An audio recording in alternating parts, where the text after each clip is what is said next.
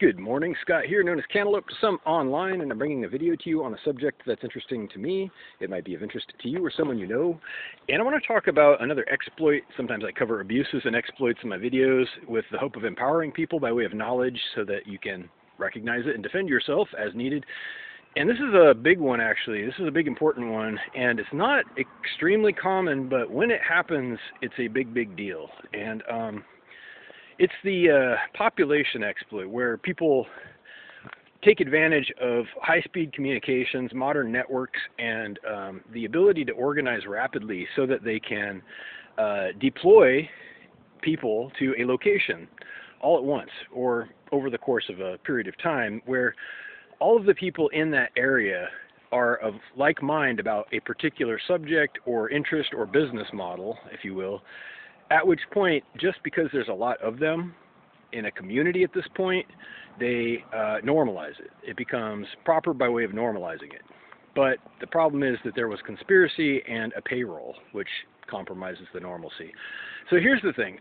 This exploit, unfortunately, preys many times on rural or suburban neighborhoods on the outskirts of cities. Obviously, you wouldn't be able to, appropriate a whole city for something like this. If it was something untoward, it would gain media attention and other attention that would make it unsupportable. But for unfortunate towns on the outskirts of the metropolitan areas, many times you will see military employees who are covert or sometimes not so covert. They will just conglomerate with no explanation, no notice, and many times they will be unmarked, undercover, if you will. They are on the payroll, but they work remotely is the new way to describe it.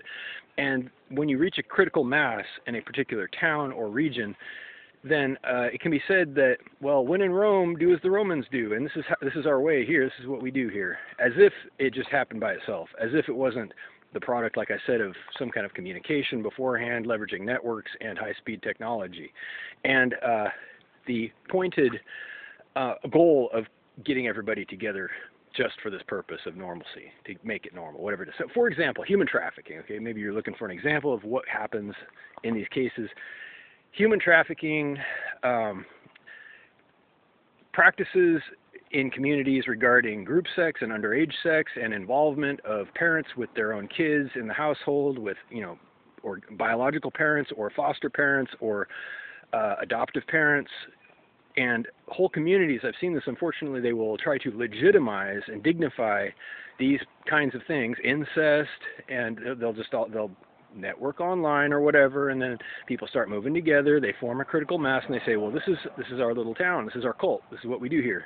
So you have no right to question us because it's our way. You're an outsider at that point. There's a boundary at that point. And inside that boundary, all questions are inappropriate.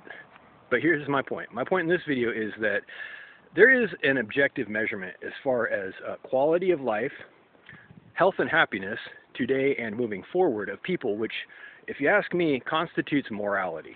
Morality is not ambiguous. It's not mysterious. Morality is the M word. It has been demonized in recent times by some of these same people, unfortunately. It's not confusing. It's actually measurable. It's that which contributes to the long-term health and happiness of the people of the community, both as a group and individuals.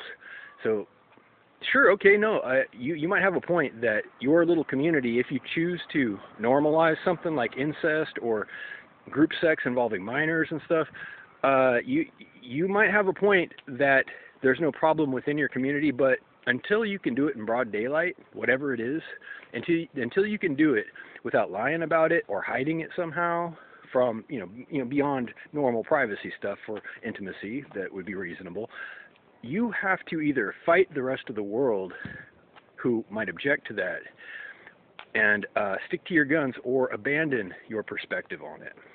You can't just decide that within your town illegal activity is fine just because there happens to be a number of people doing it.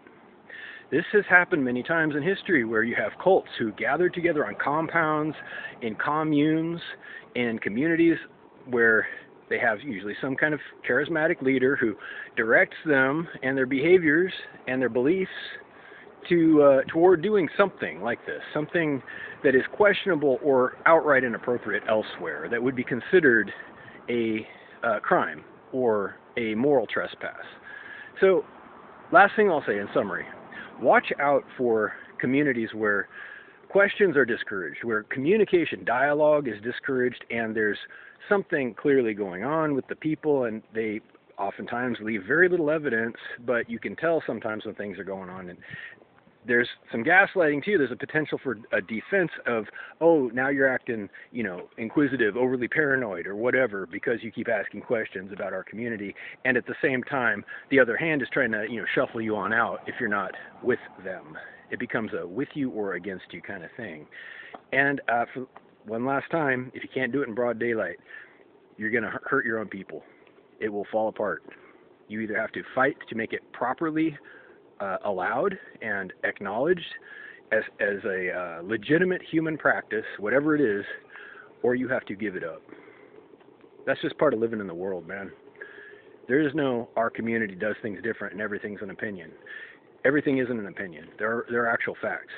There are actual measurable facts in this world. And one of the biggest, most important facts is health and happiness and measuring thereof. Reach out if you like with questions or comments to whitehotrobot@gmail.com. Thank you.